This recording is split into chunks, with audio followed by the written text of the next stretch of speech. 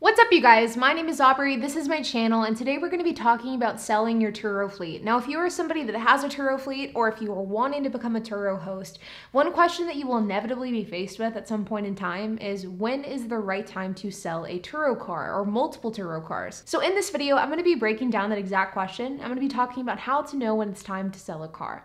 So let's get started. Now, over the years, I have had so many cars on Turo, I've honestly lost count. It's been over 20. I would say it's probably close to 25 at this point. So over the last 3 years, I've had an accumulation between 20 and 25 vehicles on Turo. And as we see here today, I have about 14 actively listed. So that begs the question of, well, what happened to the other cars? And really, there are two answers to that question. Either they were sold or they were wrecked. Now, whenever cars are wrecked on Turo, they are either wrecked to the point of repair or they are wrecked to the point of a total loss. Whenever cars are wrecked to the point of a total loss, what happens is Turo pays you out for that vehicle, the insurance company takes the car, and then you kiss that car goodbye. Baby, bye, bye, bye. And whenever that happens, that means that you no longer own that car anymore and it's time to get a new car. This has happened to so many of my cars over the years, and in a way, it has forced me to get rid of some cars and upgrade them to newer cars. But there are a lot of my cars that have been in my fleet over the years that have begun to age, they are starting to get worn down, they just simply aren't fit for Turo anymore. And whenever this happens, I'm oftentimes forced with the question of, is it time to sell this car?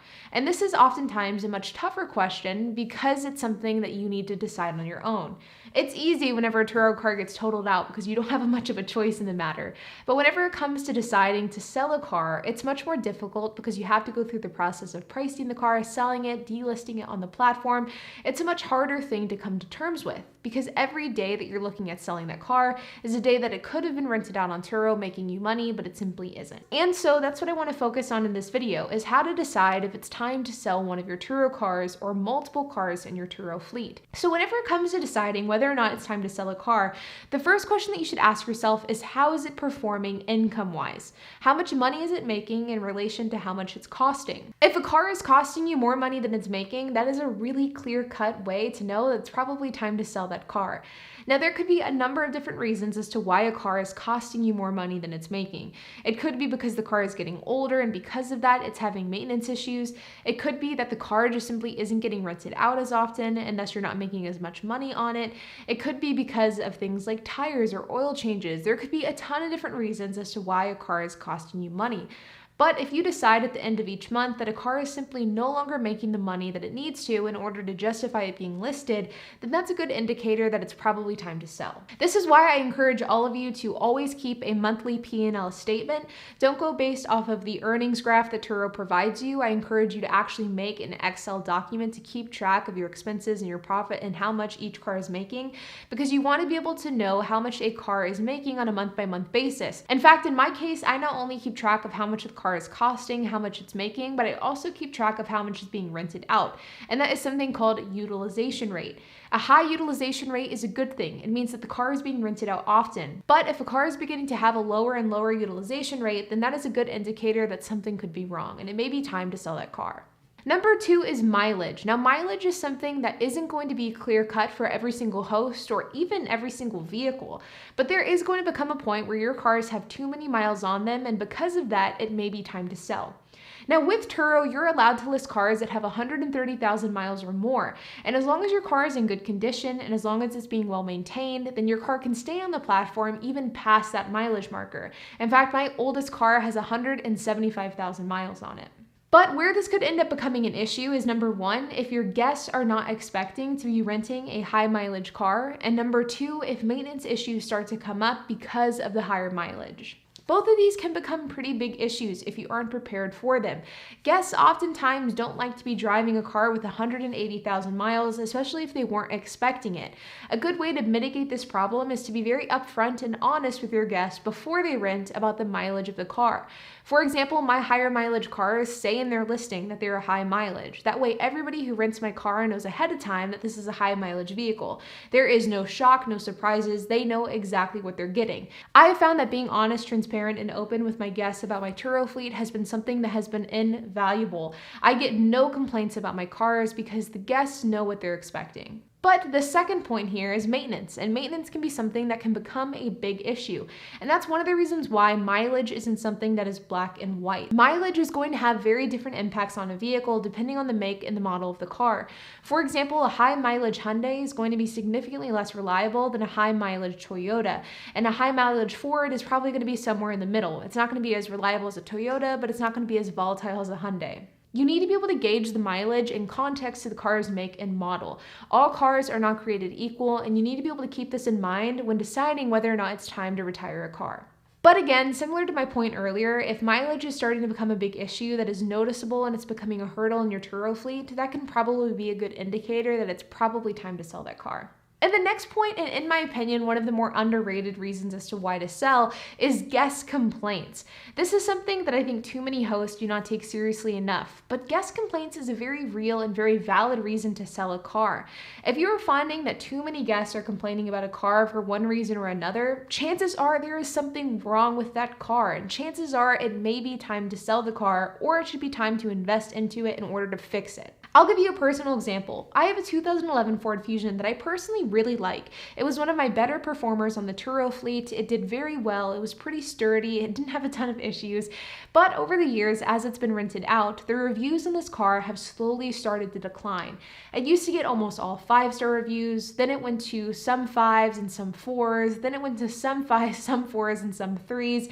And eventually, I started getting more and more 4- and 3-star reviews on this car that I ultimately had to make the decision to just simply sell it. Now, this 2011 Ford Fusion doesn't have anything wrong with it. It's mechanically sound, it works well, it's a nice looking car, but there's just enough small issues that compound on one another to make a big issue.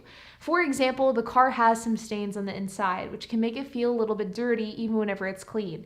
The car is a bit creaky, which sometimes lets people believe that something's wrong on the car when it actually isn't. There's wear and tear on the exterior, your typical door dings, but there's quite a lot of them, and all of these things together have really decreased the value of this car. And it turned this car from a 5-star performer into a 3 or 4-star performer.